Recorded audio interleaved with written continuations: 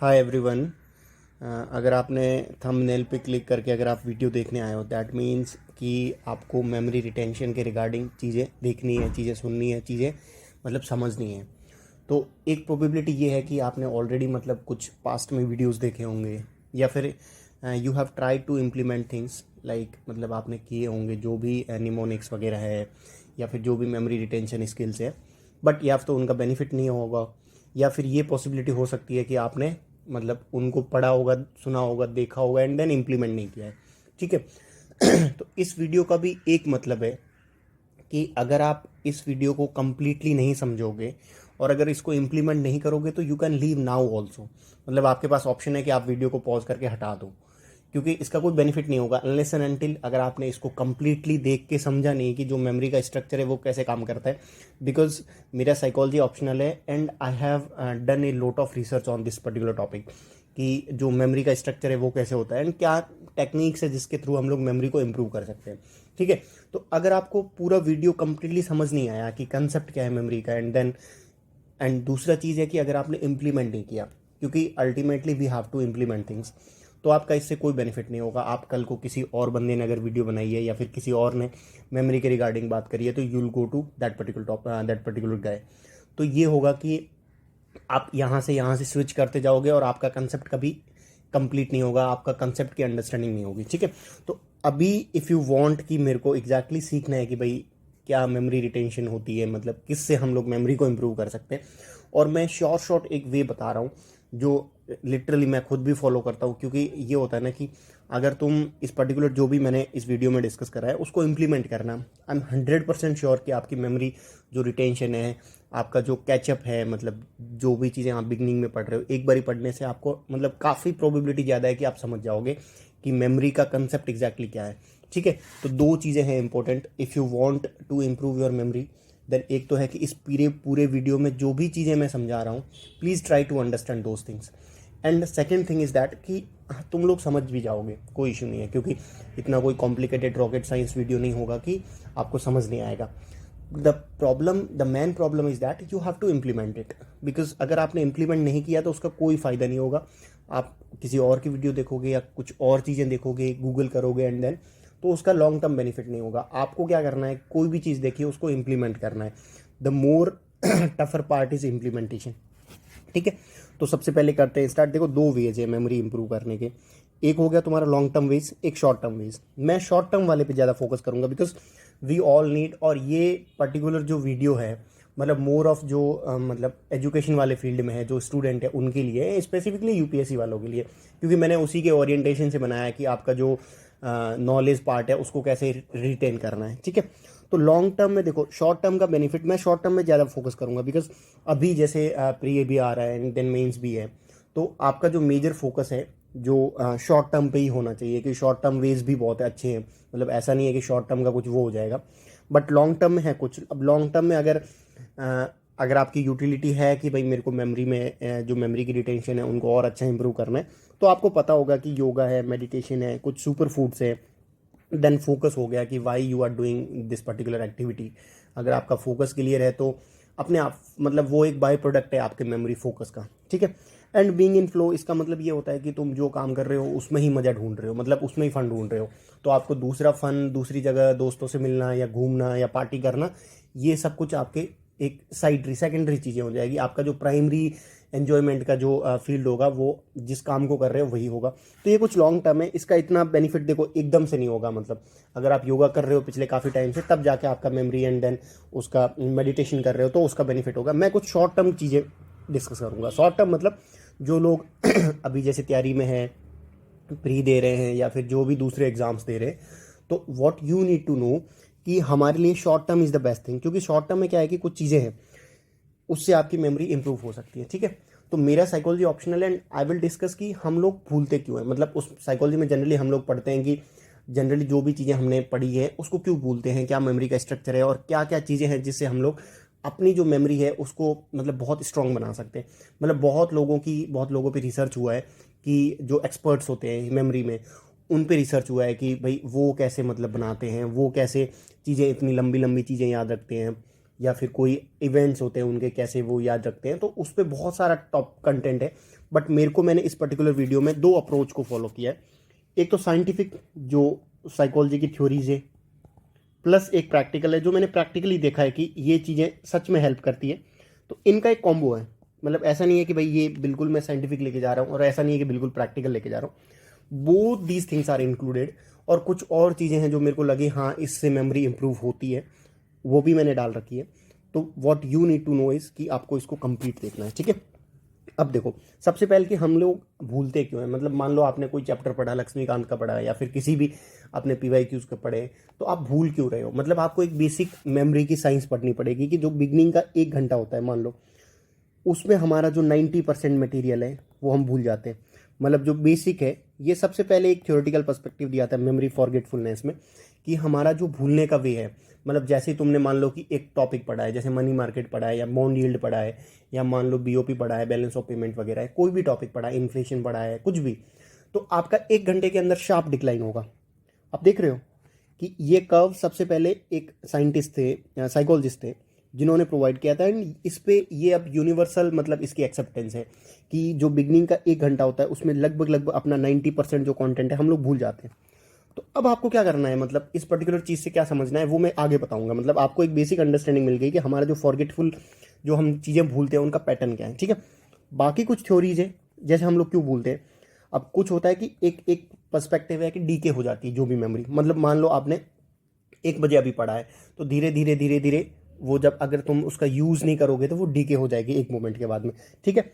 कुछ होती है कि हमारा कंसोलिडेट नहीं हुआ जो भी मटेरियल हम पढ़ रहे हैं। मतलब हम एक एक इसको बोलते हैं, मतलब कि हम क्या करते हैं, मतलब नोट मेकिंग के पीछे भाग रहे हैं, कंटेंट के पीछे भाग रहे हैं, ऑर्गेनाइज्ड वे ही है ही नहीं। मतलब ऑर्गेनाइज चीज़ें हैं ही नहीं, हमें पता ही नहीं है कि UPSC प्रीलिम्स में जैसे वो लोग 70 टॉपिक्स पे क्वेश्चन पूछ रहे हैं, तो वो 70 टॉपिक्स ऑर्गेनाइज्ड ही नहीं है। आप पूरा लक्ष्मीकांत पढ़ रहे हो, कोई वे ही नहीं है, पूरा एक 1200 पेज का मृणाल पढ़ रहे हो, इवन उसको ये भी नहीं देख रहे हो कि 1200 पेज की यूटिलिटी क्या है। गेटिंग दैट, तो कंसोलिडेशन नहीं है, ठीक है। इसमें यह भी है कि जब तुम मेमोरी कोई कुछ भी इन्फॉर्मेशन डालते हो तो कुछ ट्रेसेस बनते हैं मतलब अपनी ब्रेन में। तो एक मोमेंट के बाद में क्या होता है कि जब तुम उसको यूज़ नहीं करते हो तो वो भी डीके हो जाते हैं। ये एक different short term and long term memory का पर्सपेक्टिव है। इसको हम लोग आगे जब मैं वीडियो करूंगा तो उसमें आएगा कि ये कहाँ कहाँ पे आपका यूज़ होगा, ठीक है। उसके बाद में रिट्राइवल फेलियर। रिट्राइवल फेलियर मतलब जैसे आपने कुछ अगर मान लो कि कोई भी चीज़ पढ़ रहे हो, जैसे आप कुछ टॉपिक पढ़ रहे हो, कुछ भी पढ़ रहे हो, अगर आपने क्यों नहीं दिया, क्यों मतलब एक हिंट देना होता है।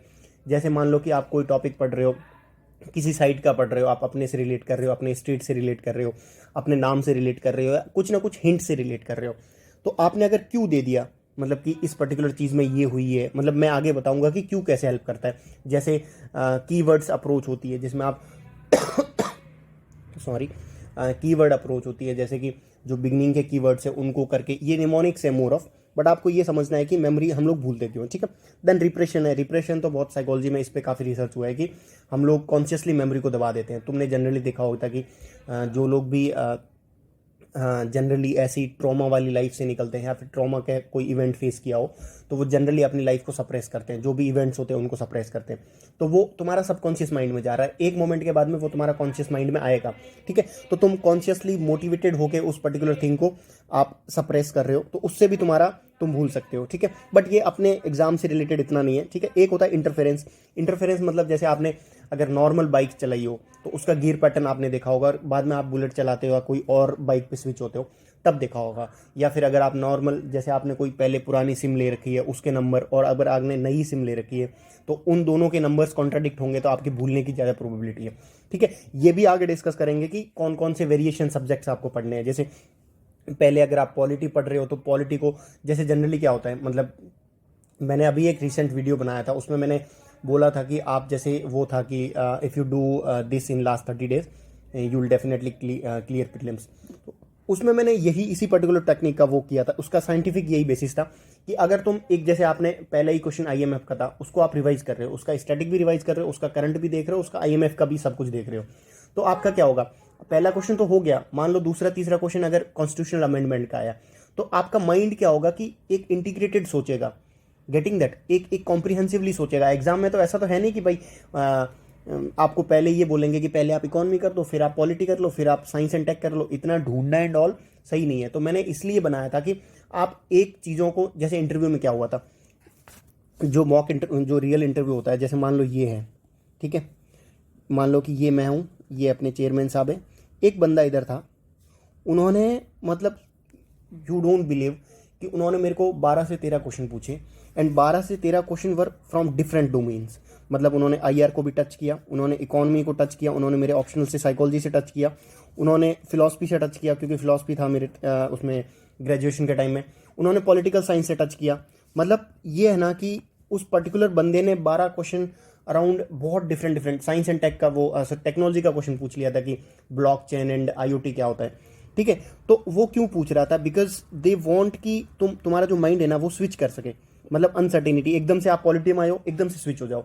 तो उस पर्टिकुलर जो अप्रोच था, वो वीडियो था, उसका मतलब यही था कि तुम्हारा जो माइंड है, तुम्हारा जो थॉट पैटर्न है, वो स्विच हो सके एक जगह से दूसरी जगह, उसमें कुछ इश्यू ना आए। मतलब मान लो अगर पॉलिटी का आपने क्वेश्चन देखा है तो एकदम से आप इकोनॉमी में आ सकते हो, ठीक है। तो उसका बेसिक यही पर्पज था, और इसको मैं इतना डिटेल नहीं बताऊंगा because this is not very much useful. तो ये एक मेमोरी का मॉडल है, ये आपको थोड़ा सा समझना जरूरी भी है, क्योंकि इससे ये होगा ना कि आपको पता होगा कि चीज़ें प्रोसेसिंग कैसे होती है। जैसे क्या होता है कि there are individual differences. For example, तुम लोग लेक्चर से, कुछ बच्चे होते हैं कि वो लेक्चर से अच्छे से पढ़ते हैं, कुछ होते हैं कि किसी के नोट से अच्छे से पढ़ लेते हैं। जैसे मेरे साथ क्या होता है कि मैं नोट से नहीं पढ़ सकता बिल्कुल भी, तो मैं अपनी बुक से ही पढ़ूंगा, जो ओरिजिनल बुक्स है वहाँ से पढ़ के फिर अपने हिसाब से उसका नोट बनाऊंगा, और नोट भी सबसे लास्ट में बनाऊंगा, क्योंकि मेरा ये होता है कि मेरे को पूरा बुक चाहिए, बुक से पढ़ने में मेरे को अच्छे से समझ आती है चीज़ें। कुछ लोग होते हैं जिनको दूसरा बंदा अगर पढ़ा रहा है तो उससे आ जाता है। तो there are different ways, there are different learning styles, you need to understand कि आपकी लर्निंग स्टाइल क्या है, उसके बेसिस पे आपको चीज़ें यूज़ करनी है, ठीक है। तो जनरली मान लो कि आपके जो भी सेंसरी इनपुट्स हैं, मतलब जो बिगनिंग में जो इन्फॉर्मेशन आई आपके पास, वो आपकी सेंसरी मेमोरी में जाएगी। सेंसरी मेमोरी मतलब जैसे आपने नाइट में देखा होगा, जैसे ही आप लाइट ऑफ करते हो तो जो लाइट का एग्जैक्ट रेप्लिका है वो आपके उसमें रहता है, मतलब आईज में रहता है, मतलब आपको दिखता रहता है, देखना आप वाइट से बिल्कुल, उसको फ्लैश बल्ब मेमोरी नहीं, उसका एक पर्टिकुलर नाम है, उसको बोलते हैं, ठीक है। उसके बाद क्या होता है कि जैसे ही वो चीज़ होती है, अगर आपने उस पर अटेंड करके उस पर्टिकुलर थिंग को फोकस किया, मान लो कि आपने जैसे कोई भी टॉपिक पढ़ रहे हो, इन्फ्लेशन पढ़ रहे हो, द मोमेंट अगर आपने अटेंशन काम किया ना, अटेंशन पे फोकस किया, मतलब उसको अटेंशन दी जितनी उसको रिक्वायर्ड है। हम लोग क्या कर रहे हैं, मैं एक आगे और चीज़ बताऊंगा कि जो हम लोग इतना रील्स वील्स देख के इस कल्चर में इतना घुस गए हैं कि हमारा जो अटेंशन इसमें वो बहुत कम हो गया है। मतलब लोग एक 30 सेकंड तक एक वीडियो नहीं देख रहे हैं, मतलब 1 मिनट तक एक वीडियो नहीं देख रहे हैं, ठीक है। तो आपको उसी टाइम में क्या होता है कि जब आप अटेंशन करोगे, उस चीज़ को अटेंड करोगे, तो आपका क्या होगा कि वो पर्टिकुलर थिंग है वो आपकी शॉर्ट टर्म मेमोरी में जाएगी। मान लो अगर आपको नंबर याद रखने हो, यही नंबर है, मान लो कुछ भी हो, जैसे कुछ भी XYZ नंबर हो, अगर आपको याद रखने, तो आप एक चीज़ देखना, एक बारी आप उसको देखना, फिर आप उसको अटेंटिवली देखना, मतलब अभी भी देखना, जैसे कोई भी नंबर आप देख लो, उसको अटेंटिवली लिख दो, आपको याद हो जाएगा। वो मोस्ट प्रोबेबली है कि आपको 5 से 6 डिजिट याद हो जाएंगे, अगर 10 नहीं हुए तो, ठीक है। तो उसको अटेंड करोगे तो वो शॉर्ट टर्म में जाएगा। शॉर्ट टर्म में क्या होगा, अगर शॉर्ट टर्म के बाद में यहाँ पे आपका काम आता है मेन, यहाँ पे क्या करना है, आपको इलाबोरेटिवली रिहर्सल करना है। 2 टाइप के रिहर्सल होते हैं, एक मेंटेनेंस मतलब यू आर मेंटेनिंग इन्फॉर्मेशन। जैसे मान लो कि आपने नंबर याद किया किसी का कि 9773683898, ऐसा कुछ करके नंबर याद किया, ठीक है। तो ये नंबर याद करते क्या होगा, आप याद तो कर रहे हो, आप मेंटेनिंग कर रहे हो, इन्फॉर्मेशन को मेंटेन कर रहे हो, ठीक है। द मोमेंट किसी ने बुलाया या किसी ने इंटरप्रेट किया तो आपका क्या होगा, एकदम से आप भूल जाओगे। लेकिन इसमें क्या होगा, जो इलेबोरेटिव रिहर्सल होता है उसमें क्या होता है कि आप एसोसिएट करते हो अपने साथ में, या चंक इन करके इन्फॉर्मेशन को पढ़ते हो, या थोड़ा अटेंड करके इन्फॉर्मेशन पढ़ते हो। इसका भी मैं डिटेल में करूंगा, तब आपकी मेमोरी जाती है long term memory, and this is the permanent one. अगर आपने इस वीडियो को अच्छे से समझ लिया ना, मतलब आप अभी तक अगर टिके हुए हो, इस पर्टिकुलर चीज़ को समझ रहे हो कि भाई ये कैसे काम करता है, तो मैं डेफिनेटली गारंटी के साथ बोल सकता हूँ कि your memory will definitely improve. क्यों इंप्रूव होगी, क्योंकि आप अभी तक ये चीज़ समझने की ट्राई कर रहे हो ना कि भाई कि कैसे कैसे मेमोरी काम करती है, क्या क्या प्रोसेस होते हैं, तब जाके आपको समझ आ जाएगा ये प्रोसेस क्या है। दूसरा जो प्रोमिनेंट प्रोसेस है उसको मैं थोड़ा सा हाईलाइट करूंगा, उसमें होता है कि लेवल ऑफ प्रोसेसिंग, कि आपका जो उसको LOP मॉडल बोलते हैं, लेवल ऑफ प्रोसेसिंग, कि जिस लेवल पे आपने प्रोसेसिंग करी है इन्फॉर्मेशन की, देर आर हायर चांस की उसी लेवल पे आपका जो रिटेंशन पावर होगा वो होगा।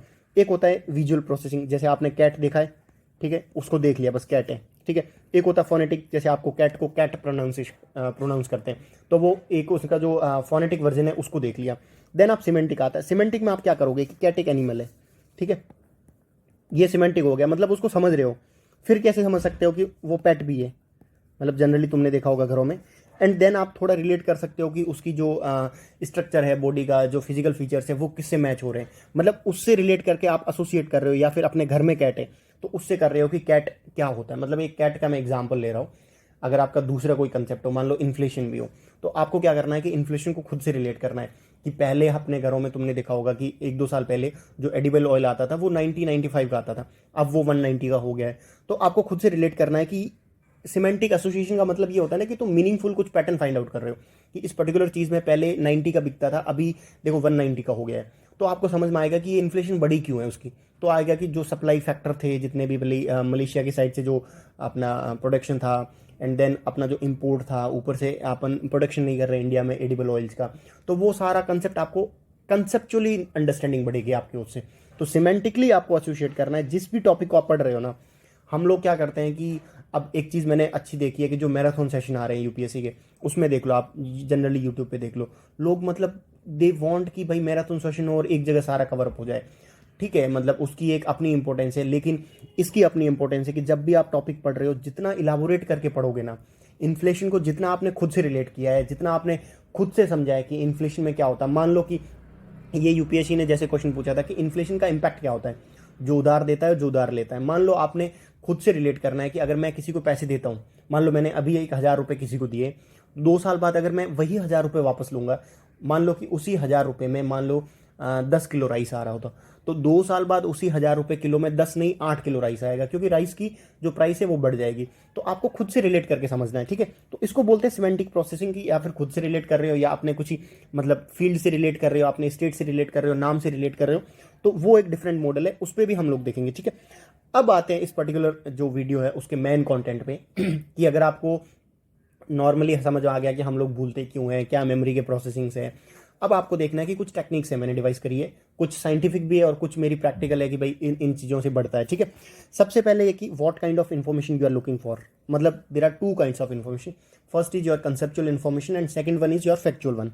ठीक है, कंसेप्चुअल वन में देखो, मान लो कि मैं यूपीएससी के रिलेटेड ही बात करूंगा, क्योंकि जनरली जो मेरी पब्लिक है, मतलब जो लोग वो वीडियोस देखते हैं, जनरली यूपीएससी के लोग ही है। अगर आप मतलब डिफरेंट एग्जाम्स की प्रिपेयर कर रहे हो, तो वहाँ पे 2 टाइप की इन्फॉर्मेशन आपको ध्यान रखना है, उनको देखना है। ठीक है, फॉर एग्जाम्पल देखो, आईआर की इन्फॉर्मेशन हमें इंटरेस्टिंग क्यों लगती है कि यूएसए और इंडिया क्या कर रहे हैं, यूएसए और चाइना क्या कर रहे हैं, इंडिया और चाइना क्या कर रहा है, इंडिया और पाकिस्तान क्या कर रहा है। आपने कभी नोटिस किया है कि हम लोगों की आईआर की, मैंने जनरली बहुत लोगों में देखा है कि उनका IR is one of the favourite topic, मतलब बहुत लोगों का। क्यों होता है, मतलब इसके पीछे कभी साइंटिफिक आपने जाके देखा है कि आईआर में क्या होता है। जनरली अपन भी एक एज ए कंट्री देखते हैं, मतलब अपन एक इंडिया को रिप्रेजेंट करके देख रहे हैं, मतलब एज ए इंडिया को अपन कंट्री मान के फिर देखते हैं कि हाँ इंडिया और यूएसए। मतलब जितना चीज़ें आप खुद से रिलेट करोगे ना कि इंडिया का यूएसए के साथ क्या रिलेशन है, वहाँ पे भी तो एक्टर्स प्ले कर रहे हैं ना, different different actors are playing differently, मतलब अलग अलग के इंटरेस्ट है। तो ह्यूमन साइकोलॉजी, जब जितना आप ह्यूमन से रिलेट करोगे ना, जितना आप खुद से रिलेट करोगे कि हम जो इंडिया है, वो इंडिया का क्या प्रॉस्पेक्ट्स है, क्या इंडिया कर रहा है, क्या इंडिया इंडियन ओशन में कर रहा है, क्या इंडिया इधर वेस्ट एशियन में कर रहा है, कंट्रीज़ में क्या कर रहा है, फिर पाकिस्तान के साथ इंडिया के क्या रिलेशन है, तो हम लोग अल्टीमेटली हमसे खुद से ही रिलेट कर रहे हैं। गेटिंग दैट, तो हर चीज़ को खुद से रिलेट करके पढ़ना है। मतलब आप पढ़ो कि कोई भी चीज़ को पढ़ो, भले इन्फ्लेशन हो, बीओपी हो, जीडीपी हो, तुम्हारा कुछ भी टॉपिक हो, हर टॉपिक को try to relate to yourself. IR का रीज़न यही है ना कि हम लोग हमारी कंट्री के पर्सपेक्टिव से देखने कि दूसरी कंट्री के साथ क्या रिलेशन है तुम्हारे देखना, क्योंकि जनरली हम देखते नहीं है कि वो फ्रेंड क्या कर रहा है, ये क्या कर रहा है, मतलब इसका क्या मतलब प्रॉस्पेक्ट है, ये बंदा क्या कर रहा है अपनी लाइफ में, या फिर ये कितना आगे जा सकता है। तो हमें उसमें इंटरेस्ट होता है जनरली, मतलब नॉर्मली होता है कि भाई कोई बंदा अगर अच्छा कर रहा है नहीं कर रहा है, तभी तो वो चीज़ हो रही है कि आईआर में भी क्या हो रहा है कि यूएसए और इंडिया अच्छा कर रहे हैं, हम और यूएसए साथ में मिलकर अच्छा करेंगे, या मैं और मेरा फ्रेंड साथ में मिलकर अच्छा करेंगे।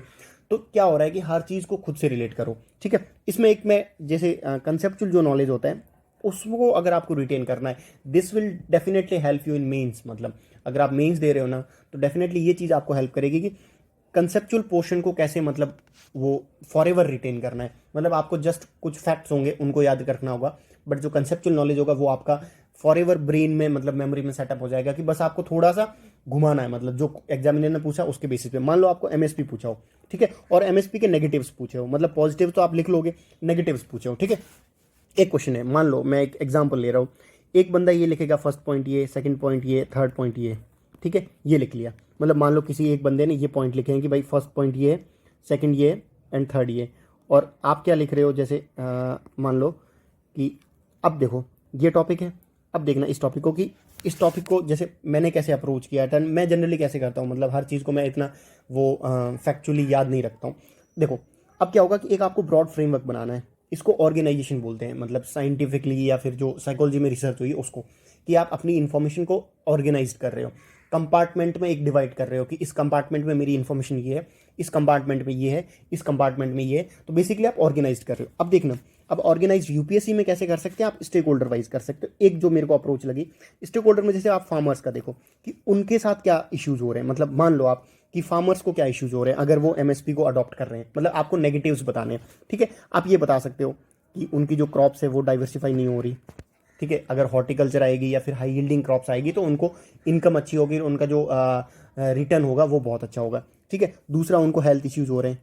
अब हेल्थ इश्यूज में क्या करना है आपको, जैसे अभी पिछले साल ही पेपर में आया था कि मीथेन जो है राइस है उससे मीथेन रिलीज होती है, नाइट्रस ऑक्साइड रिलीज होती है। तो आप उसको डालो, रिवर्स इंजीनियरिंग करो कि भाई जो ग्रीन हाउस गैसें हैं उनके इमिशन की वजह से उनके हेल्थ पे इंपैक्ट पड़ रहे हैं। Getting that. तो आपका फार्मर्स वाला एक जो पहले आपने क्या किया, स्टेक होल्डर में कंपार्टमेंटलाइज किया, फिर उसको और सब कंपोनेंट में डाला कि फार्मर डाल दिया, फिर गवर्नमेंट का डालो कि गवर्नमेंट के नेगेटिव्स क्या है, गवर्नमेंट का सब्सिडी बर्डन बढ़ रहा है, मतलब समझ में आ रहा है। आपके पास अपने आप पॉइंट्स में आ जाएंगे, इन सब पॉइंट्स में आपके पास सब पॉइंट्स और आएंगे कि गवर्नमेंट का क्या खर्चा हो रहा है, गवर्नमेंट को एमएसपी लीगलाइज करनी चाहिए नहीं करनी चाहिए, या फिर जैसे अभी फार्म बिल पे जो प्रोटेस्ट हो रहा था, प्लस जो एक्सचेकर लॉस हो रहा है, मतलब इतना सारा बजट तुम एमएसपी पे डाल रहे हो, गवर्नमेंट को क्या हो रहा है, इन्फ्लेशन फेस करनी पड़ रही है क्योंकि जनरली राइस और वीट का ही प्रोडक्शन ज़्यादा हो रहा है। ठीक है, उसके बाद में आप कंज्यूमर के पर्सपेक्टिव से देखो, कंज्यूमर के पर्सपेक्टिव से अगर आप देखोगे तो क्या होगा, जनरली इन्फ्लेशन वाला पॉइंट डाल सकते हो। ठीक है, राइस और वीट का डाल सकते हो कि भाई इससे हेल्थ इंपैक्ट हो सकते हैं, तुम इतना फर्टिलाइजर वगैरह यूज कर रहे हो। तो ये एक स्टेक होल्डर अप्रोच हो गई कि आप स्टेक होल्डर वाइज डिवाइड कर लिए। अगर आपको यहाँ पे डेटा पता हो, जैसे फार्मर्स में तुम क्या डेटा डाल सकते हो, एक एमएसपी का ये डेटा है कि 6% जो फार्मर्स है इंडिया में उसी को बेनिफिट हुई है एमएसपी। तो उसकी वजह से क्या होगा कि रीजनल डिस्पैरिटी होगी और जो बाकी फार्मर्स है उन तक एक्सेस ही नहीं हुई है पर्टिकुलर इस एमएसपी का बेनिफिट है। तो आप समझ पा रहे हो, मतलब आपने क्या किया कि एक ब्लॉक बनाया बड़ा, उस ब्लॉक में छोटे छोटे ब्लॉक बनाए, उस ब्लॉक में अपने सब पॉइंट्स अपने आप आ जाएंगे। ठीक है, फिर दूसरा आप ले सकते हो stakeholder sectoral approach. Sectoral में क्या करना, मान लो आपने इन्वायरमेंट एक सेक्टर उठाया, इन्वायरमेंट में आप इकोलॉजिकल इंप्लीकेशन डालो। मान लो क्वेश्चन ये एमएसपी का आ जाए या ग्रीन रेवोल्यूशन का आ जाए, उसमें आप क्या डाल सकते हो, सेलिनाइजेशन का डाल सकते हो, अल्कानाइजेशन का डाल सकते हो कि ये चीज़ें हो रही है। उसमें आपको अगर एक डेटा पता हो, आपको ये करना है ना कि आपको इतना ध्यान रखना है कि इकोलॉजिकल इंप्लीकेशन है, मतलब मैं अभी सेक्टोरल अप्रोच को फॉलो कर रहा हूँ, उसमें सब कंपोनेंट में इकोलॉजिकल में आपके सब कंपोनेंट अपने आप माइंड में धीरे धीरे बनते जाएंगे। वर्चुअल वाटर हो रहा है, वर्चुअल वाटर मतलब अगर तुम राइस को यहाँ उगा रहे हो, मतलब इंडिया में, तो उसमें क्या हो रहा है, अराउंड 2500 से 3000 लीटर 1 किलो में बढ़ रहा है, 1 किलो में इतना पानी खर्च हो रहा है। तो इसके क्या हो रहा है कि जो हम लोग एक्सपोर्ट करते हैं ना, तो उसको बोलते हैं कि वर्चुअल वाटर हम लोग एक्सपोर्ट कर रहे हैं एक तरीके से। मतलब 1 kg अगर हम लोग राइस एक्सपोर्ट कर रहे हैं, दैट मीन्स हम लोग कम से कम 3000 litre of water we are exporting. तो इसको वर्चुअल वाटर बोलते हैं। तो ये सबसे बड़ा इशू है। अराउंड $6 बिलियन ऐसा कुछ करके एक डेटा है, मतलब बहुत पहले का है। तो वो इंडिया वर्चुअल वाटर एक्सपोर्ट करता है। फिर तुम मीथेन इमिशन का डाल सकते हो।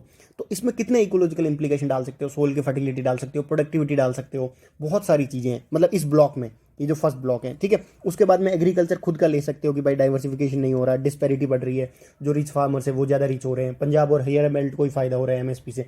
ठीक है। फिर हो रहा है कि जो एग्रो बेस्ड इंडस्ट्रीज है, तो इसमें आपने इकोलॉजिकल भी डाल दिया सेक्टोरल में। अगर कोई दूसरा टॉपिक हो तो उसमें सर्विस सेक्टर भी डाल दिए, मैन्युफैक्चरिंग भी डाल दिया। तो ये दो अप्रोच तो ये हो गए। इसको बस ब्लॉक में देखना है आपको, फिर धीरे धीरे सब जो सब कंपोनेंट है वो अपने आप आ जाएंगे। ठीक है। फिर आप सब्जेक्ट वाइज आ जाओ। इकोनॉमी की टर्म है तो इकोनॉमी के हिसाब से देख लो कि कुछ डेटा हो आपके पास एमएसपी का, अपॉर्चुनिटी कॉस्ट है एमएसपी और जो हाई यील्डिंग क्रॉप्स है उनकी कितनी अपॉर्चुनिटी कॉस्ट है, क्या उसका बेनिफिट्स है, ये आप देख सकते हो। उसका डेटा एक डाल सकते हैं यहाँ पे, बट आपको जो ब्लॉक्स में क्वेश्चन को लिखना है वो ऐसे हो सकता है। ठीक है। फिर डब्ल्यूटीओ में ऑब्वियसली सब्सिडी का इश्यू आएगा एंड देन इकोनॉमी। तो अभी क्या हुआ, हमने जो इन्फॉर्मेशन थी एमएसपी के रिलेटेड उसको ऑर्गेनाइज कर दिया stakeholder wise, sectoral wise. फिर आप मतलब सब्जेक्ट वाइज भी कर सकते हो, इकोनॉमी के हिसाब से अपना पर्सपेक्टिव डाल सकते हो। अगर जीएस 3 में आ गई तो इकोनॉमी डाल दिया। मान लो कि आपने एक सब्जेक्ट वाइज भी है कि अगर आपने जीएस 1 में आया है तो आप ज्योग्राफी का डाल सकते हो कि भाई वही ज्योग्राफिकल डिस्पैरिटी हो रही है, जो बीमारू स्टेट्स है वहाँ पे इतना ज़्यादा एग्रीकल्चर प्रोडक्टिविटी नहीं हो रही है, पंजाब और हरियाणा में हो रही है। ये सारा पॉइंट डाल सकते हो। इन्वायरमेंट में वही इन्वायरमेंट को भी सिग्रीगेट कर सकते हो कि रिसोर्सेज में क्या इशू हो रहे हैं, वाटर रिसोर्सेज में क्या है, जो ग्राउंड वाटर टेबल है वो सारी डाउन जा रही है, उसका कोई डेटा हो तो उसको बस आपको डेटा पुटअप करना है। आपको फैक्चुअली डेटा याद रखना है, कंसेप्चुअल नॉलेज आपकी ऑर्गेनाइज हो गई है। ठीक है। सोइल का क्या इशू है, जो सोइल रिसोर्सेज है वो कैसे इंपैक्ट हो रहे हैं, फिर फॉरेस्ट रिसोर्सेज कैसे हो रहे हैं। जैसे हरियाणा और पंजाब में जो फॉरेस्ट का जो रिसोर्सेज का जो डेटा है वो अराउंड 5 to 6% है। सोच रहे हो जो रिक्वायर्ड है वो 33% है। तो इसमें क्या हुआ कि एग्रीकल्चर की वजह से तुम्हारा जो डिफॉरेस्टेशन हुआ है वो भी इंक्लूडेड होगा। ठीक है। तो अब जैसे कंसेप्चुअल कोई भी नॉलेज हो आप उसको कंपार्टमेंटलाइज कर दो, मतलब उसको छोटे छोटे कंपार्टमेंट्स में डाल दो, फिर सब कंपोनेंट में डाल दो, देन उसके सब कर दो। फिर आपको क्या करना पड़ेगा, ये डेटा याद रखना पड़ेगा। जैसे 6% है, या वर्चुअल वाटर का अगर आपको डेटा कोई पता करना हो, या डिस्पैरिटी का कोई डेटा हो, या जैसे यहाँ पे है कि आपने ये इन्वायरमेंट में सब कंपोनेंट किए रिसोर्सेज वाइज, तो यहाँ पे फॉरेस्ट का डाल सकते हो कि हरियाणा और पंजाब में 5 to 6% एवरेज फॉरेस्ट इकोसिस्टम है। ठीक है। सोइल का डाल सकते हो कि 33% ऑफ जो सोइल है वो अल्कनाइज्ड हो गई है, या सेलिनाइजेशन इतना प्रोमिनेंट है कि वहाँ पे इतना हो गया है पर्टिकुलर सोइल। ठीक है। वाटर रिसोर्सेज का डिफरेंट डिफरेंट डाल सकते हो कि वर्चुअल वाटर हो रहा है, ग्राउंड वाटर टेबल कम हो रही है। ठीक है। इससे डाल सकते हो, ऐसी चीज़ें डाल सकते हो। तो ये आपका कंसेप्चुअल नॉलेज बिल्ड करेगा। ठीक है। ये आपको मेंस में हेल्प करेगा। बट अब जो मेन पॉइंट आता है, मैं इस वीडियो के डिस्क्रिप्शन में भी डाल दूंगा कि जो लोग प्री स्पेसिफिक देखना है तो आप 25 मिनट्स के बाद में देख सकते हो, क्योंकि प्रीलिम्स स्पेसिफिक यहीं से है। और प्रीलिम्स में जनरली क्या होता है कि आपको फैक्चुअल रिवाइज करना पड़ेगा। फैक्चुअल के लिए क्या है, अब 2 वेज है फैक्चुअल को रिटेन करने के लिए। एक हो गया तुम्हारा अकेडमिक्स और दूसरा हो गया नॉन अकेडमिक्स। इन दोनों अप्रोचेज को मैं डिस्कस करूंगा, क्योंकि अकेडमिक्स का जो इंपॉर्टेंस है उससे ज़्यादा कहीं नॉन अकेडमिक्स का है, मेमोरी को रिटेन करने के लिए या इन्फॉर्मेशन को रिटेन करने के लिए। जनरली देखना तुम। ठीक है। होगा क्या इसमें, सबसे पहले एक चीज़ देखो, ये जो पर्टिकुलर कुछ मैंने टेक्निक्स डाल रखी है कि इस टेक्निक्स के बेसिस पे तुम कर सकते हो लर्न। कोई भी चीज़ आप लर्न कर रहे हो तो फर्स्ट वर्ड बेस्ड ये आपको जनरली मिल जाएगा। मतलब कि जैसे आपको कोई चीज़ रिटेन करनी है, जैसे ये है, ये पर्टिकुलर आपको अभी समझ नहीं आएगा। ये जैसे हमने मेरा 12th में आर्ट्स था, तो नवोदय में जो आर्ट्स सेक्शन होता है वो हिंदी में होता है। तो हमारे एक टीचर थे हिस्ट्री के, उन्होंने ये पर्टिकुलर एक वही कीवर्ड्स के बेस पे ये अप्रोच पढ़ाई थी। इसको रावे पाक अकाक बोलते हैं। मतलब ये है जहाँ पे बुद्धिस्ट काउंसिल हुई थी, मतलब प्लेसेस ऑफ बुद्धिस्ट काउंसिल। और ये जो चेयरमैन थे, तो ये 12th में पढ़ा था। मतलब आज 6 साल हो गए, 5-6 साल हो गए, मेरे को वो अभी तक याद है।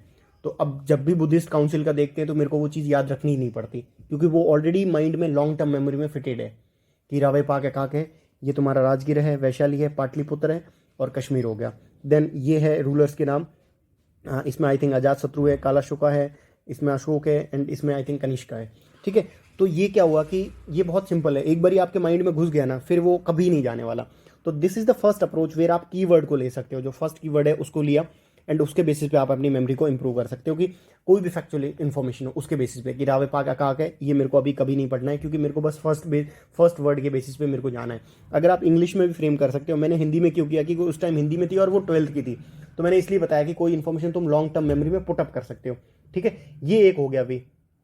अब दूसरा देखो, ये है, मान लो ये मैंने क्यों लिया है, क्योंकि जस्ट टू नो कि भाई अपने जो सब्जेक्ट है उससे रिलेटेड। जैसे मतलब ये मगध वाला एम्पायर है, ये एक उसका है अपने इसको ल्यूशेंट का एक पोर्शन है कि मगध का दिया हुआ है इन्होंने एक्सटेंसिवली यहाँ पे।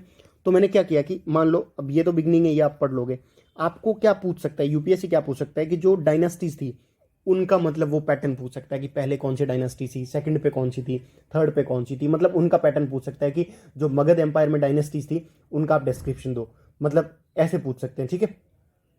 अब देखो, अब उसको कैसे याद कर सकते हो, पहली तो है हरने का डायनेस्टी, दूसरी है आपकी ये शिशुनाग, एंड देन आपकी आ जाती है नंदा डायनेस्टी। ठीक है। तो इसका आप एक कोड वर्ड बना दो। कोड वर्ड मतलब हाई सिक्योरिटी नेटवर्क कहाँ है, मगधा में था। मतलब हाई सिक्योरिटी नेटवर्क, मतलब एच मतलब हरने का, सिक्योरिटी एस मतलब शिशुनाग, एंड एन हो गया अपना नंदा डायनेस्टी। तो ये एक कोड बन गया HSN। बट इसको थोड़ा इलेबोरेट कर दो कि हाई सिक्योरिटी नेटवर्क था मगधा में, तभी वो राइज हुआ है। मतलब उन्होंने एक हाई सिक्योरिटी नेटवर्क लगा रखा था, इसीलिए वो इतना पावरफुल थे। That's it. अगर आपको ये इतना एक बार माइंड में आ गया ना, स्टक हो गया ना एग्जाम में कि हाई सिक्योरिटी नेटवर्क कहाँ पे था, मगध में था, that's why they become more powerful, तो आपका अपने आप ये डायनेस्टी याद हो जाएगी। ठीक है।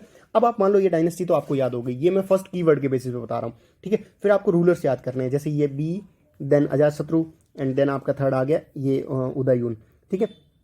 अब आप क्या कर सकते हो, मान लो मैंने एक बताया कि बाबा साहिब अलीगढ़ यूनिवर्सिटी से पढ़े थे, ये एक हो गया कि बाबा साहिब का हो गया ये अपना बिम्बी, ये बिम्बिसार हो गया। देन अलीगढ़ यूनिवर्सिटी का ए हो गया, एंड यूनिवर्सिटी का यू हो गया कि जो बाबा साहिब थे वो अलीगढ़ यूनिवर्सिटी से पढ़े थे। That's it.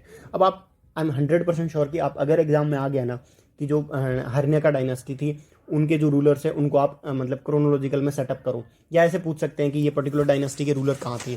तो आपको अगर थोड़ा भी बैक ऑफ द माइंड हुआ ना कि ये एक कीवर्ड के बेसिस पे हमने एक सिनोनिम्स बनाए कि ऐसे उनको वो बनाए कि भाई जैसे ये है अपना हाई सिक्योरिटी नेटवर्क मगधा में था, and then Baba Saheb Aligarh university में पढ़े थे, या फिर ये कर सकते हो कि बनारस एंड अलीगढ़ यूनिवर्सिटी कर सकते हो, BAU, Banaras and Aligarh university, ठीक है, ये कर सकते हो। जो भी आपके हिसाब से करना है, मतलब आपसे खुद से रिलेट करना है। अगर आपने किसी ने बनारस यूनिवर्सिटी से पढ़ा हो, किसी ने अलीगढ़ यूनिवर्सिटी से पढ़ा हो, तो आप अपने से रिलेट कर सकते हो, ठीक है। फिर कुछ एग्जांपल्स और है, जैसे कैस्पियन सी को जो बॉर्डरिंग कंट्री करती है वो तारीख है, ये तारीख आप कभी नहीं भूलोगे। फिर ब्लैक सी का एक मैंने अच्छा रात को मैं ये इस सब पे वो कर रहा था कि ऐसे अच्छे से क्या बना सकते हो। तो इसमें 5 कंट्रीज है, तो 5 कंट्रीज में क्या है, जो RR है राजस्थान रॉयल्स है, और गुजरात टाइटंस बुल्गारिया में मैच खेल रहे हैं, दैट्स इट। इससे आपकी 5 कंट्रीज हो जाएगी। RR हो गया, रशिया एंड एक और आ रहा है, आई थिंक रोमानिया होगा, अभी मेरे को एग्जैक्ट नहीं है, बट ये उसके कीवर्ड्स थे, ठीक है। फिर GT एंड B, ये 5 है कंट्रीज, GT एंड B। तो इसमें आप ये कर सकते हो कि गुजरात जो राजस्थान रॉयल्स है और गुजरात टाइटंस है वो बुल्गारिया में खेल रहे हैं, या फिर वो बनारस में खेल रहे हैं, कुछ भी आप कर लो, मतलब जहाँ पे स्टेडियम हो, जैसे बेंगलुरु में खेल रहे हैं, मान लो बेंगलुरु का जो चिन्ना स्वामी स्टेडियम है वहाँ पे खेल रहे हैं, ऐसा कुछ बना सकते हो, या बुल्गारिया में खेल रहे हैं, कुछ भी। तो आपका ये सॉरी इसमें 6 कंट्रीज है, बुल्गारिया में BU भी मैंने ऐड कर रखा है, ठीक है। यू का आई थिंक यूक्रेन है, हाँ। तो ये है कि इन पर्टिकुलर ये जो फर्स्ट कीवर्ड है इसको आप यूज़ करो, जितना भी फैक्चुअल इन्फॉर्मेशन हो ना उसमें आप डेफिनेटली कुछ ना कुछ फाइंड आउट कर लोगे, और वो अपने हिसाब से करो। मतलब ये जैसे रावेपा का काग था, देन तारिक था, देन ब्लैक सी का ये राजस्थान रॉयल्स, गुजरात टाइटंस कहाँ पे, बुल्गारिया या फिर बेंगलुरु में खेल रहे हैं, ठीक है। देन हाई सिक्योरिटी नेटवर्क अपना मगधा में था, देन बाबा साहिब जी जो अम्बेडकर साहब थे वो अलीगढ़ यूनिवर्सिटी से पढ़े थे, BAU, ठीक है। इस टाइप से कर सकते हो। दूसरा है कि रिलेट विथ योर सेल्फ।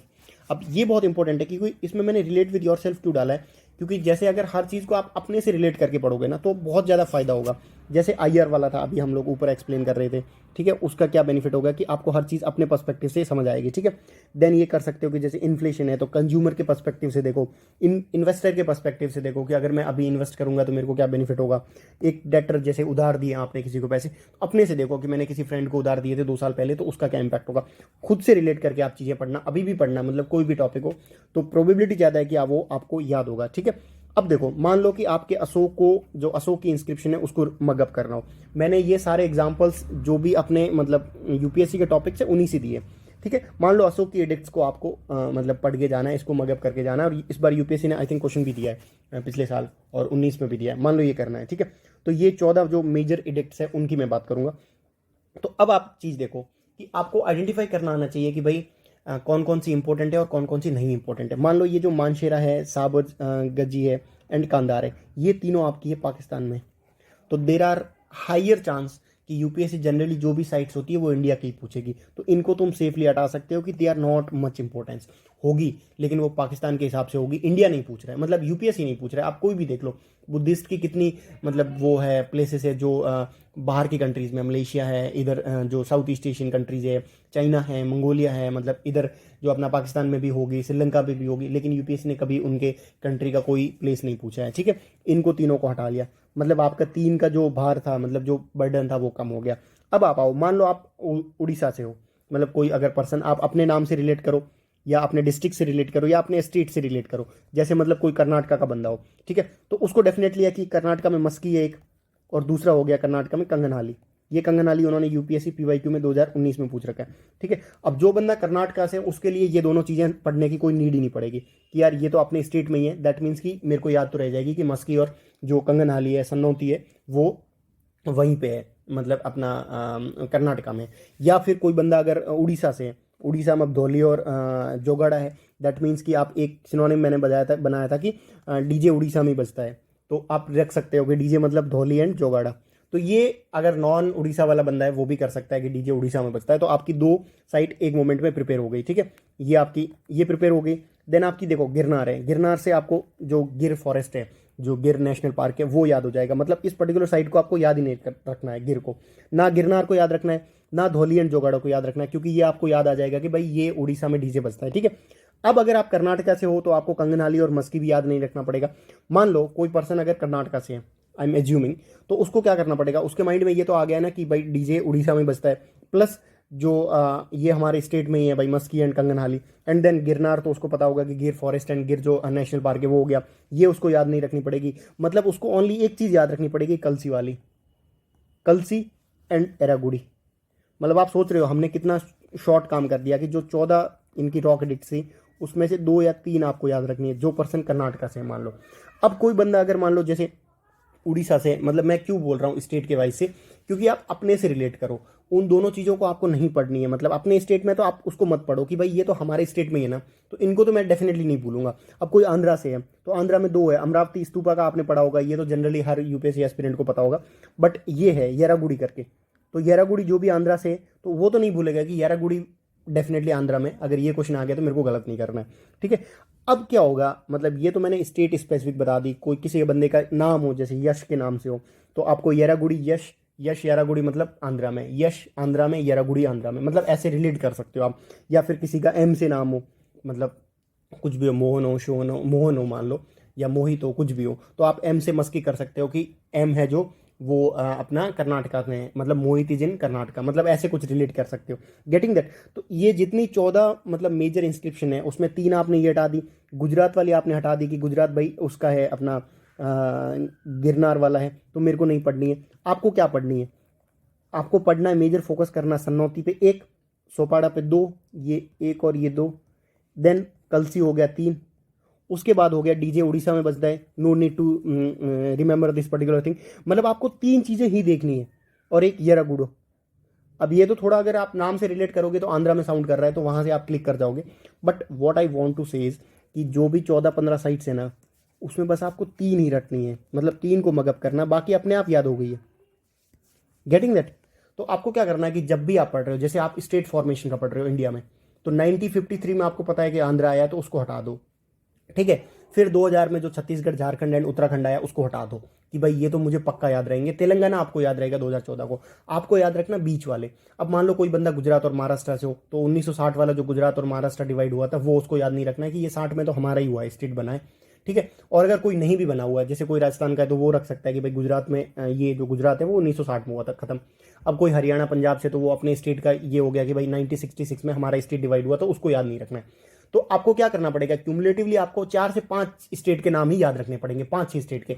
एक आपको बीच में रख लो कि सिक्किम का कब हुआ था, ठीक है। एक आप 87 वाला वो कंसेप्ट याद रख लो कि भाई अरुणाचल प्रदेश और गोवा बने थे, मिजोरम, ये तीनों। इसका कुछ रख लो, एजीएम रख लो, ठीक है।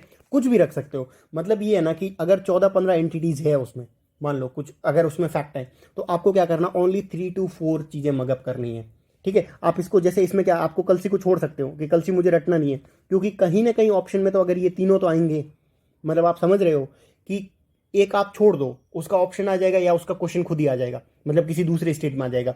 ये एक वे हो गया कि अब अगर आपके पास 14-15 फैक्ट्स हैं, तो आप उसी फैक्ट में से कम 4 या 5 फैक्ट याद रख सकते हो, बाकी आपको रखने की कोई नीड नहीं है। अब इस पर्टिकुलर में क्या रख सकते हो, कलसी रख सकते हो कि यूके में, मस्की कर्नाटका में है, सोपाड़ा अपना महाराष्ट्र में है, सन्नौती कंगनाली ये अपना यूपीएससी का पीवाईक्यू है, तो ये याद हो जाएगा 2019 का। देन येरागुड़िया आंध्रा में। अगर आपका कोई अगर आंध्रा से है तो वो ये याद नहीं रखे, कोई इशू नहीं है। कर्नाटका का बंदा है तो ये दोनों उसके लिए बहुत ईजी हो जाएगा।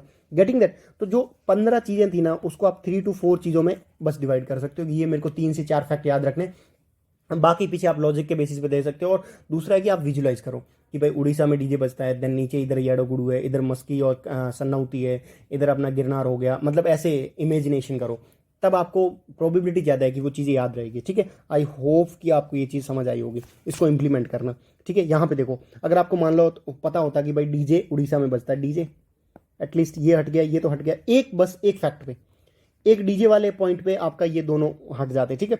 अब येरागुड़ी है, आपको पता है कि येरागुड़ी आंध्रा में, ठीक है, तो येरागुड़ी बन जाता है, एक आपको याद रखना है, मतलब 4 से 5 फैक्ट आपको याद रखने हैं, ठीक है। फिर आता कलसी। अब ये थोड़ा सा बनता कि अगर कर्नाटक का कोई बंदा होता उसको पता होता कि भाई मस्की एंड जो अपना ये है सन्नौती है वो उसमें है कर्नाटका में, तो ये इसको हटा देता कि भाई कर्नाटका में 2 ही साइड्स हैं ओनली। Getting that. तो ये थोड़ा सा वो है, मतलब आपको लगेगा, टाइम लगेगा इन सब चीज़ों में, बट एक बार आप यूज़ करके देखना। मतलब आपके पास अगर 15-20 फैक्ट है ना, तो उसमें से आपको 7-8 फैक्ट पढ़ने हैं, मतलब 6-7 पढ़ने हैं, ज़्यादा ही नहीं पढ़ने। तो क्या होगा कि अगर पीछे वाले फैक्ट्स का कोई क्वेश्चन पूछा और मान लो स्टेट का दिया, जैसे क्या है एमपी में, हमने देखा कि एमपी में कोई साइट है ही नहीं, मतलब मेजर रॉक डिस्क नहीं है, तो आप एमपी को सीधा ही हटा सकते हो कि भाई एमपी तो मैंने सुना ही नहीं है, मतलब एमपी में है ही नहीं। आप दूसरा भी पॉइंट देखो कि किस स्टेट में है ही नहीं, गेटिंग दैट, मतलब किस स्टेट में ये पर्टिकुलर जो सो के एडेक्ट्स है वो नहीं है, ठीक है। तो ये आपको समझ आ जाएगा। And third the most important one की विजुलाइज करो। मान लो आप ट्रॉपिक ऑफ कैंसर है, ठीक है, ये थोड़ा गड़बड़ हो गया होगा, हाँ ऐसे जा रही है, ठीक है। अब आप विजुलाइज करो बिल्कुल उसी टाइम में आंख बंद करके कि सबसे पहले गुजरात है, अरे सॉरी राजस्थान है, फिर गुजरात हो गया, फिर ये एमपी है, फिर छत्तीसगढ़ है, फिर झारखंड है, फिर वेस्ट बंगाल है, मतलब 5 स्टेट तो यहाँ के हैं, ठीक है। फिर अपना हो गया त्रिपुरा एंड ये मिजोरम होगा शायद, हाँ नीचे, तो ये हो गया। तो अभी आपको क्या करना है कि बिल्कुल मतलब अभी इसी पॉइंट पे आप बिल्कुल आंखें बंद करके अपना सोचो कि 5 स्टेट तो ये है जो मेन स्ट्रीम वाले हैं एंड 2 नॉर्थ ईस्ट के हैं। 5 कौन से हैं बिल्कुल वो अपने माइंड में, कि पहले राजस्थान हो गया, विजुलाइज करो कि फिर गुजरात हो गया एंड देन एमपी हो गया एंड देन अपना सीजे हो गया। सीजे में आप ये रख सकते हो छत्तीसगढ़ का, ठीक है, छत्तीसगढ़ एंड झारखंड हो गया एंड देन वेस्ट बंगाल हो गया, मतलब 5 स्टेट ये एंड 2 स्टेट ये। मैं 200% गारंटी के साथ बोल रहा हूँ कि ये चीज़ आप भूलोगे नहीं कभी, क्योंकि आपने विजुलाइज कर दिया है। अब अगर क्या होगा, मान लो अगर आपने स्टेट को विजुलाइज किया और मान लो इसमें उत्तराखंड ही आ जाए कि उत्तराखंड से पास होती है, तो डेफिनेटली आपको पता होगा कि उत्तराखंड थोड़ा सा ऊपर है। और इस लाइन को इमेजिन करो कि ये लगभग बिटवीन में कैंसिल वो हो रही है, मतलब लगभग इंडिया के हाफ से पास हो रही है। तो आपको ये होगा कि कोई ऊपर वाला स्टेट अगर दे दिया, जैसे यूपी दे दिया, तो वो आपको कैंसिल आउट कर सकते हो, ठीक है। तो ये हो गया एक वे विजुअलाइजेशन का हो गया। फिर हमने एक वो पढ़ा कि भाई कम चीज़ों पढ़ो, मतलब कम मतलब कि रिलेट विद योर सेल्फ करके, जैसे यहाँ पे स्टेट है, नेम है, डिस्ट्रिक्ट वगैरह, इनसे रिलेट करो। प्लस अगर 15 फैक्ट है तो 3-4 फैक्ट पढ़ने, ज़्यादा नहीं पढ़ने। फिर हो गया टाइम स्पैम। अब ये मैंने क्यों डाला है, क्योंकि अभी के टाइम में क्या हो रहा है, एक आप बड़ी इंटरेस्टिंग सोशल डिलेमा करके एक मूवी है, अगर आपको टाइम मिले प्री के बाद या मीन्स के बाद उसको पढ़ना, आपको पूरा गेम समझ में आ जाएगा कि यूट्यूब का गेम क्या है। मतलब उन्होंने एक जो एआई के एक्सपर्ट्स हैं उनको बिठा रखा है। जैसे ही आप क्लिक करोगे ना, मान लो अगर आप कट्टर हो, किसी पर्टिकुलर आइडियोलॉजी को लेके कट्टर हो, आपने एक एक क्लिक किया ना, तो यूट्यूब आपको क्या करेगा, 10 ऐसी चीज़ें और डालेगा आपके रिकमेंडेशन में। आप एक बार ही देखना, मतलब आप एक बार इन्फॉर्मेटिव वीडियो का कोई एक वीडियो देख के देखो, आपको जितने भी मार्केट में इन्फॉर्मेटिव वीडियो पे लोग वीडियो बना रहे ना, वो सारी पुटअप हो जाएगी। मान लो आप ध्रुव राठी का कोई वीडियो देख लो या किसी बंदे का, कोई संदीप माहेश्वरी का देख लो मोटिवेशन में, तो आपको क्या होगा, एक मोमेंट के बाद में सारी मोटिवेशन वाली वीडियो सारी आपको रिकमेंड करेगा यूट्यूब। तो ये जो पूरा एआई का कंसेप्ट है, इससे प्लीज़ बच के रखना है अपने आप को। मैं क्यों बोल रहा हूँ टाइम स्पैम इंपॉर्टेंट है, क्योंकि किसी चीज़ की एक वर्थ होती है कि इस चीज़ को 2 घंटे देने से ही अच्छे से होगी। आप उसको 2 घंटे का कॉम्प्रोमाइज़ करके एक दिन 1 घंटा नहीं कर सकते हो। फॉर एग्जाम्पल, आपकी जो आंसर राइटिंग है वो एक टाइम के बाद इंप्रूव होगी, 2-3 महीने के बाद इंप्रूव होगी। ऐसा नहीं होगा कि पहले एक दिन में ही आपकी इंप्रूव हो जाए सब कुछ, या विद इन 7 डे आपकी आंसर राइटिंग इंप्रूव हो जाए। दिस कांट बी पॉसिबल यार। जितना अगर वो जितनी चीज़ का टाइम डिमांडेड है ना, उतना टाइम दो, एटलीस्ट उतना टाइम दो। जैसे हम लोग क्या कर रहे हैं, हम लोग मतलब जनरली मैंने देखा लोग रील्स देखते हैं। आप एक बार इस मूवी को देखना, ठीक है, रील्स है, आपका इंस्टाग्राम है, सोशल मीडिया एंड ऑल, ये आपका अटेंशन स्पैम तो खत्म ही कर रहे हैं। साइड बाई साइड में ऐसी इन्फॉर्मेशन पुटअप कर रहे हैं ना जो आपको डेफिनेटली, मान लो डेफिनेटली आपका परफॉर्मेंस में वो डाउन करेगी। जैसे एक एग्जांपल लेते हैं, मान लो कि आपने मतलब आप पढ़ रहे हो एंड नॉर्मली आपने इंस्टाग्राम खोला एंड अपना कोई दोस्त थाईलैंड गया है घूमने, या फिर कहीं भी इधर गया है, मालदीव गया है, या फिर किसी स्टेट में किसी बाहर की फॉरेन कंट्री में गया है, यूए में गया, कहीं भी गया, आपको एक तक आएगा कि यार सब घूम रहे हैं, मतलब अपने जो साथ वाले दोस्त है सब घूम रहे हैं, मतलब आ सकता है, पॉसिबिलिटी पूरी है।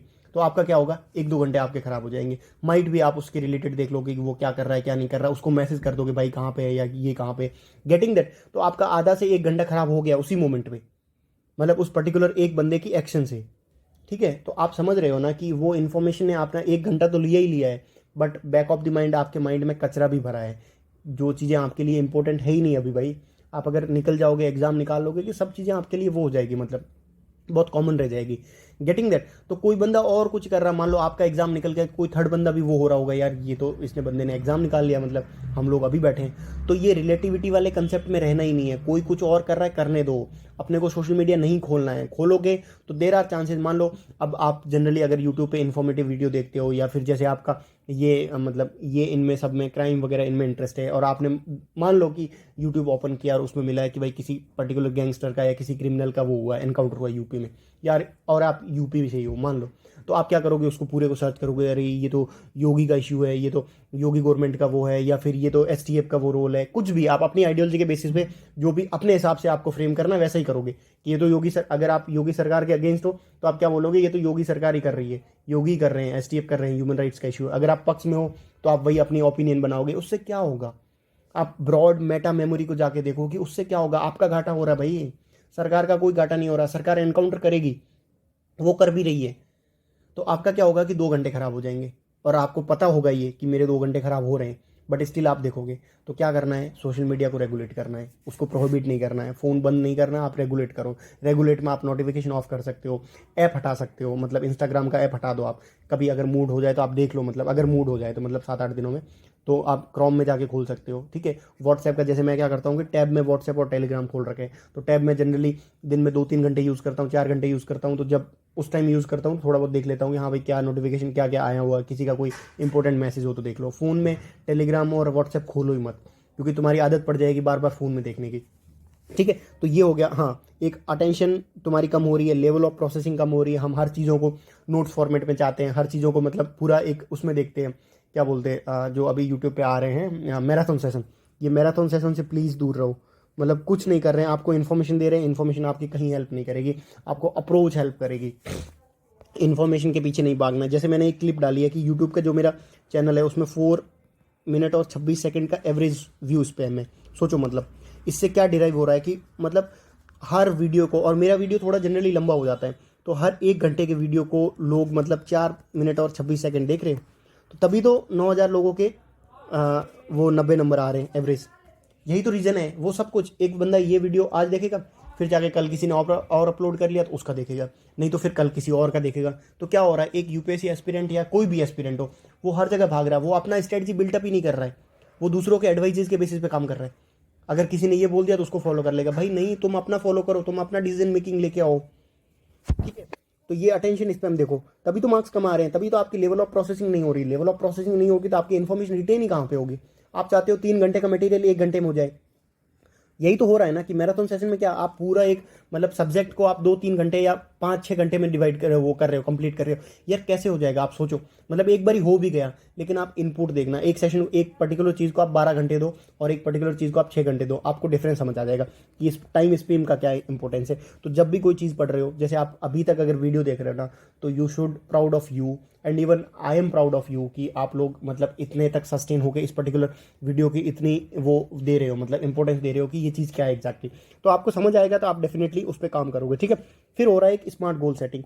ये एक थ्योरेटिकल पर्सपेक्टिव साइकोलॉजी में, कि जैसे उसमें क्या होता है कि अगर आप स्पेसिफिकली गोल सेट कर रहे हो, मेजरेबल गोल सेट कर रहे हो, अचीवेबल गोल सेट कर रहे हो, रिलेवेंट कर रहे हो, टाइम बाउंड कर रहे हो। इसका मैं एक एग्जाम्पल लेता हूँ।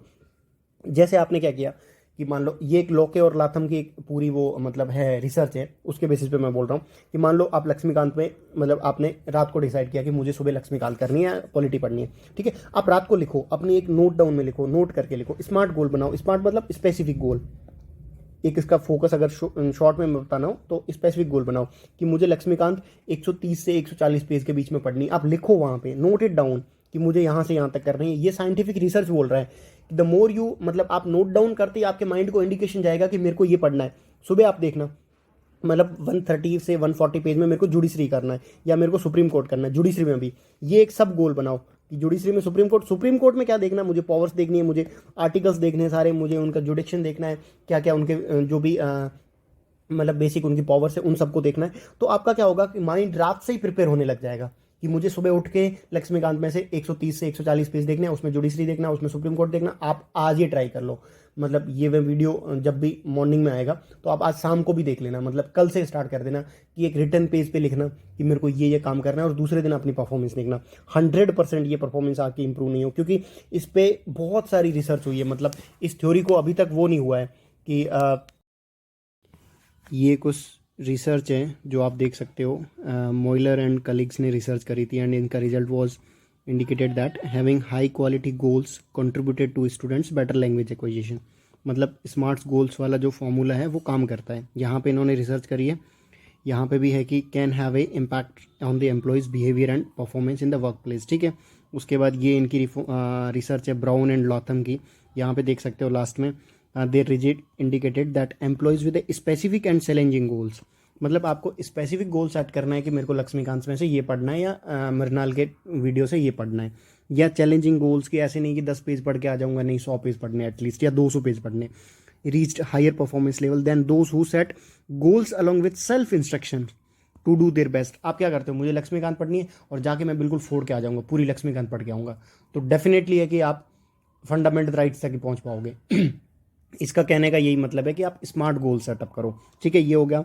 एंड इलाबोरेटिव रिहर्सल तो कि भाई जितना इलाबोरेटली करके पढ़ोगे, जितना फोकस करोगे, जितना टाइम स्पेंड करोगे, उतना आपकी लर्निंग अच्छी होगी, ठीक है। फिर आता है बेटर अंडरस्टैंडिंग बेटर लर्निंग। ये आप किसी भी टॉपर से ले लो, किसी भी सक्सेसफुल पर्सन से ले लो, कि जितना आप चीज़ों को अच्छे से समझ पाओगे, उतना आप चीज़ों को रेप्लिकेट कर पाओगे और उतना आप चीज़ों को रिटेन कर पाओगे, ठीक है।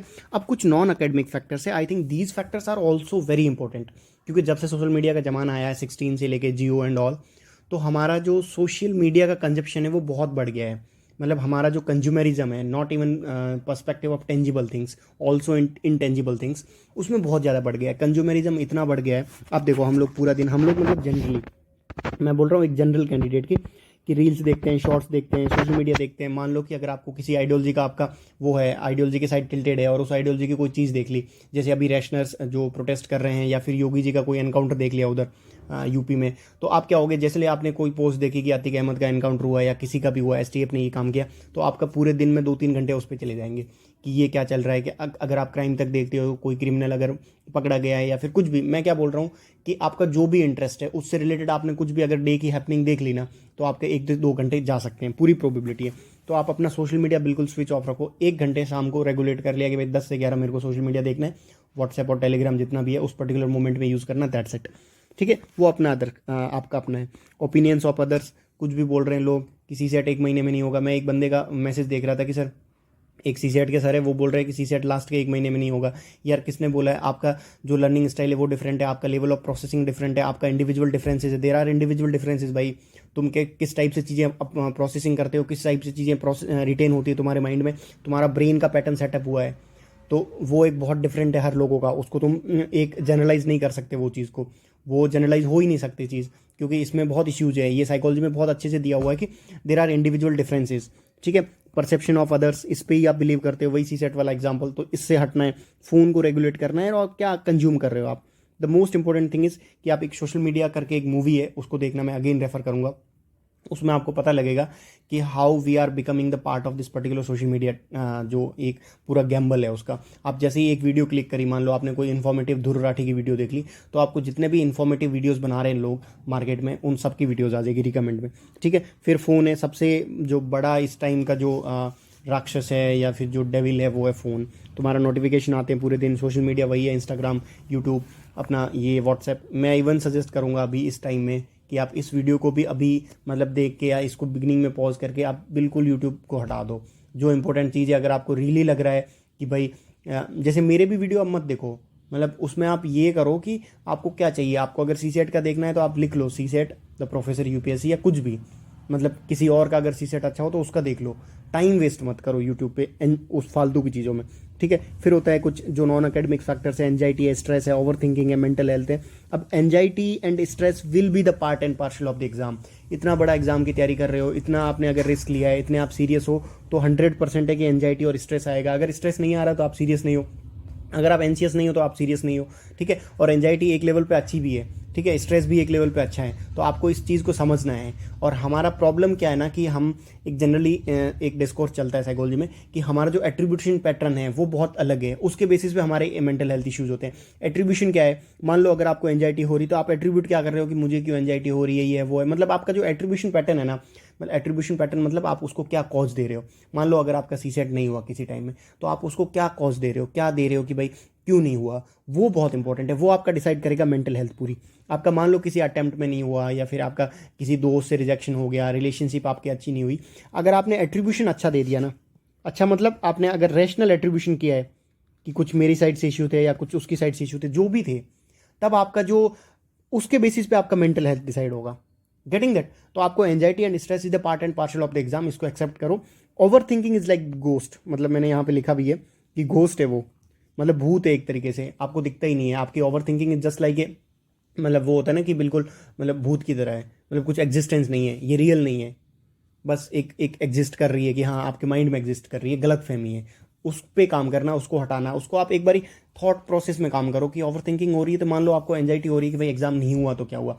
आप दूसरे पर्सपेक्टिव में सोचो कि अगर नहीं हुआ तो क्या होगा, मैक्सिमम क्या होगा, ज़्यादा से ज़्यादा कुछ नहीं होगा भाई। आपके पास्ट में भी देखो, आपने फेलियर फेस किए होंगे, क्या हुआ होगा? ऐसा तो है नहीं धरती बदल गई होगी, कुछ ज़्यादा नहीं होगा।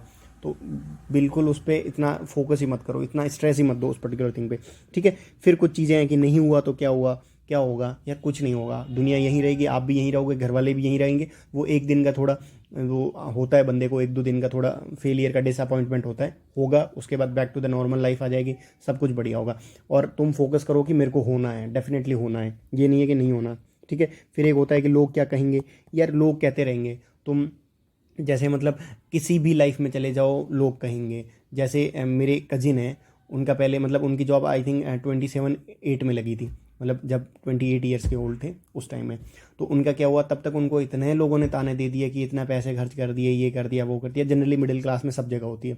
लेकिन जैसे ही अब बने तो उनके और कमेंट्स आ रहे हैं कि आप मेरे हमें टाइम नहीं दे रहे हो, आप हमारा इलाज नहीं कर रहे हो। अब वो जोधपुर एम्स में है, तो उनको इतना वो लोग क्रिटिसाइज़ करते हैं कि आप हमारे फ़ोन पिकअप नहीं करते हो, हमारा टाइम नहीं देते हो। तो आपको लोग बोलेंगे, लोगों का काम है बोलना, वो खाली बैठे हैं भाई वो बोलेंगे।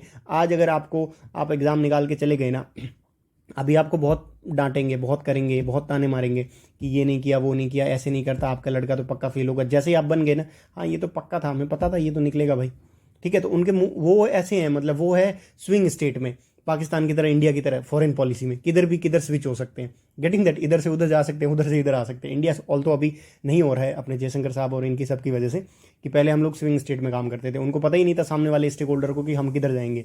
तो जनता, पड़ोसी, ये सब ऐसे ही है अगर आपने निकल गया आपका एग्जाम, तो सारी जनता आपके साथ आ जाएगी। प्लस वो जनता वही, आप 2-3 साल बाद आप देखना सर्विस में, कि आप जैसे ही मतलब ये होगा ना कि आप ऑब्वियसली मतलब बंदा सर्विस में होगा तो इतना टाइम नहीं दे पाएगा, तो वही उन लोगों के कमेंट्स आएंगे, तो ये तो हमें भूल गया, ये तो हमारे कॉल से नहीं उठाता, ये तो भूल गया, ये तो ज़मीन से नहीं जुड़ा हुआ आदमी, ठीक है। तो ये होगा डेफिनेटली, मतलब 100-200% क्या 300% होगा, जनता विल से। तो आप उसको इग्नोर ही करो, ignorance is the bliss when it comes to people, ठीक है। ये हो गया। एक बहुत अच्छा कोट है, मेरे को अभी याद आ रहा है, कि एक वो होता है, मतलब इसके कंटेक्स्ट में मेरे को बोलना था, फ़ोन वाले कंटेक्स्ट में, कि middle class don't know that they don't know. मतलब ये कोट है, मैं लिख रहा हूँ, middle class don't know that they don't know, don't know that they don't know, मतलब हमें पता ही नहीं है कि हमें पता नहीं है, दे डोंट नो।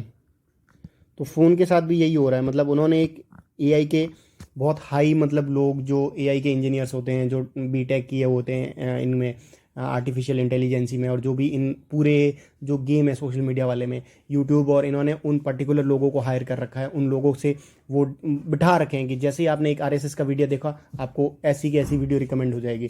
आपने जैसे ही एक पर्टिकुलर सेगमेंट का वीडियो देखा, तो आपको उस पूरे सेगमेंट की वीडियो उसी पर्टिकुलर फ्रेम में, उसी पर्टिकुलर टाइम में वो रिकमेंड होती जाएगी, ठीक है। तो उससे अपने को वो नहीं करना है कि इस पर्टिकुलर चीज़ पे वो देखना है कि we don't know that we don't know, मतलब ऐसा है ना कि हमें पता ही नहीं है कि हमें ये चीज़ पता नहीं है। तो इस पर्टिकुलर थिंग को माइंड में रखना है। उसके बाद तो हाँ यही चीज़ें हैं, मतलब नॉर्मली है, फ़ोन हो गया, अपने आप को तुम क्वेश्चन करो, जो भी जब भी पढ़ रहे हो, कुछ भी पढ़ रहे हो, ओवर थिंकिंग के क्वेश्चन करो। द मोमेंट यू क्वेश्चन ना, कि ओवर थिंकिंग में भी किसी थॉट प्रोसेस को क्वेश्चन करो कि अगर नहीं हुआ तो क्या हुआ, तो आपका जो जितना भी बर्डन है ना मेंटल लेवल का, सब बर्डन रिड्यूस हो जाएगा, ठीक है। अब कंक्लूजन क्या है, मतलब फाइनल थिंग, बहुत बड़ा वीडियो हो गया, and if you are still मतलब देयर ना, तो I am really proud of you, कि आप मतलब लिटरली एटलीस्ट आप में वो रिसेप्टिविटी है, आप चीज़ों को समझने की ट्राई कर रहे हो, तो डेफिनेटली होगा कि वो आज नहीं तो कल उसका जो फ्रूट होगा वो मिलेगा आपको, ठीक है। अब देखो व्हाट टू डू, आपको रेगुलेट करना है अपने स्क्रीन टाइम को, उसके लिए वही है, ऐप हटा सकते हो, ऐप को इनके टैब में, आईपैड में, इनमें वो कर सकते हो, या फिर अपना फ़ोन स्विच ऑफ करके लाइब्रेरी में कहीं रख सकते हो, या रूम पे रख सकते हो जब आप पढ़ रहे हो। तो इट्स योर ओन, मतलब आप अपना डिसाइड करो। नेटफ्लिक्स है, सोशल मीडिया है, इसके कुछ उसमें मतलब instead of watching all these things, आप चेस वगैरह इनको खेल सकते हो, ठीक है। डीप स्लीप बहुत इंपॉर्टेंट है, मेमोरी रिटेंशन के लिए, इन सब के लिए। मॉर्निंग टाइम अगर आप स्विच कर सकते हो तो इट्स ओके, नहीं तो कोई इशू नहीं है ज़्यादा। योगा एंड एक्सरसाइज आपकी ब्रेन की जो न्यूरॉन्स है उनको एफिशिएंट बनाती है, तो वही है, मेमोरी कंसोलिडेशन एंड ऑल उसमें हेल्प करेगा, ठीक है। व्हाट मस्ट नॉट डू, अब इसमें कुछ ऐसी चीज़ है ना कि वही है कि आप मल्टीपल लोगों के यूट्यूब्स देखते हो कि मेमोरी कैसे रिटेन करनी है, क्या और चीज़ें रिटेन करनी है, तो वो अवॉइड करना है। अगर आपने एक वीडियो देख लिया तो ख़त्म करो, इंप्लीमेंट करो। गवर्नमेंट क्या कर रही है, एजुकेशन सेक्टर में हज़ारों पॉलिसी ला के बैठी है, लेकिन वही है, एजुकेशन क्राइसिस अभी भी है इंडिया में। तो क्या हो रहा है, जो वो जो क्रक्स निकल रहा है वो क्या है कि पॉलिसीज़ आर देयर, यूट्यूब पे हज़ारों वीडियो मिल जाएगी कि तुम्हें मतलब मेमोरी रिटेंशन कैसे करनी है, लेकिन कोई भी देख लो, अगर आपने एक वीडियो देखी तो उसको ख़त्म करके पढ़ो, उसको इम्प्लीमेंट करो, ठीक है। पैसिव लर्निंग बिल्कुल नहीं करनी है कि पढ़ लिया, आप उसको एक्टिवली बनाओगे, इसका यूज़ क्या होगा, इसका मेरे से क्या इंप्लीकेशन है, मैं कैसे जुड़ा हूँ, ठीक है। लास्ट एंड फाइनल थिंग जो बहुत इंपॉर्टेंट है कि इम्प्लीमेंटेशन इज़ द की। आप क्या सोच रहे हो, आप अभी क्या चाह रहे हो कि कल को मैं अगर आईएएस बनूंगा तो ऑब्वियसली चीज़ों को इंप्लीमेंट करूंगा ग्राउंड लेवल पे, ठीक है। तो यहाँ से करो, यहाँ से ट्राई करो कि जो चीज़ें आप पढ़ रहे हो उनको इंप्लीमेंट करो, ठीक है। अगर आपने इंप्लीमेंट नहीं की तो वही होगा कि आप और यूट्यूब वीडियो देखोगे कि मेमोरी को कैसे रिटेन करोगे, और कन्फ्यूजन रहोगे, हमेशा कन्फ्यूज्ड कि मेमोरी वो याद नहीं हो रहा जो भूल रहे हैं, ठीक है। और वही एक रूटीन वाली साइकिल आप फॉलो करोगे, तो ये डेफिनेटिव उसके कंसिक्वेंसेज है, ठीक है। तो ये सब कुछ जितना भी मैंने इसमें डिस्कस किया, आप प्लीज़ नोट इट डाउन कि कैसे कैसे मेमोरी का स्ट्रक्चर है, क्या प्रोसेसिंग होती है, क्या इसकी फंक्शनिंग है, कैसे अफेक्ट होती है, नॉन अकेडमिक फैक्टर्स क्या, अकेडमिक फैक्टर्स क्या। मैंने अपने से रिलेट करा है, जो भी मतलब यूपीएससी एस्पिरेंट है या फिर जो भी स्टूडेंट्स हैं उनके रिलेटेड। तो आई होप कि this video will definitely help you in retaining information in long term memory, and definitely ये आपको हेल्प करेगा अगर आपने इस पर्टिकुलर वीडियो का वो जो कोर कंसेप्ट है वो समझा है तो, ठीक है। तो इस वीडियो में इतना ही, मिलते हैं अगले वीडियो में।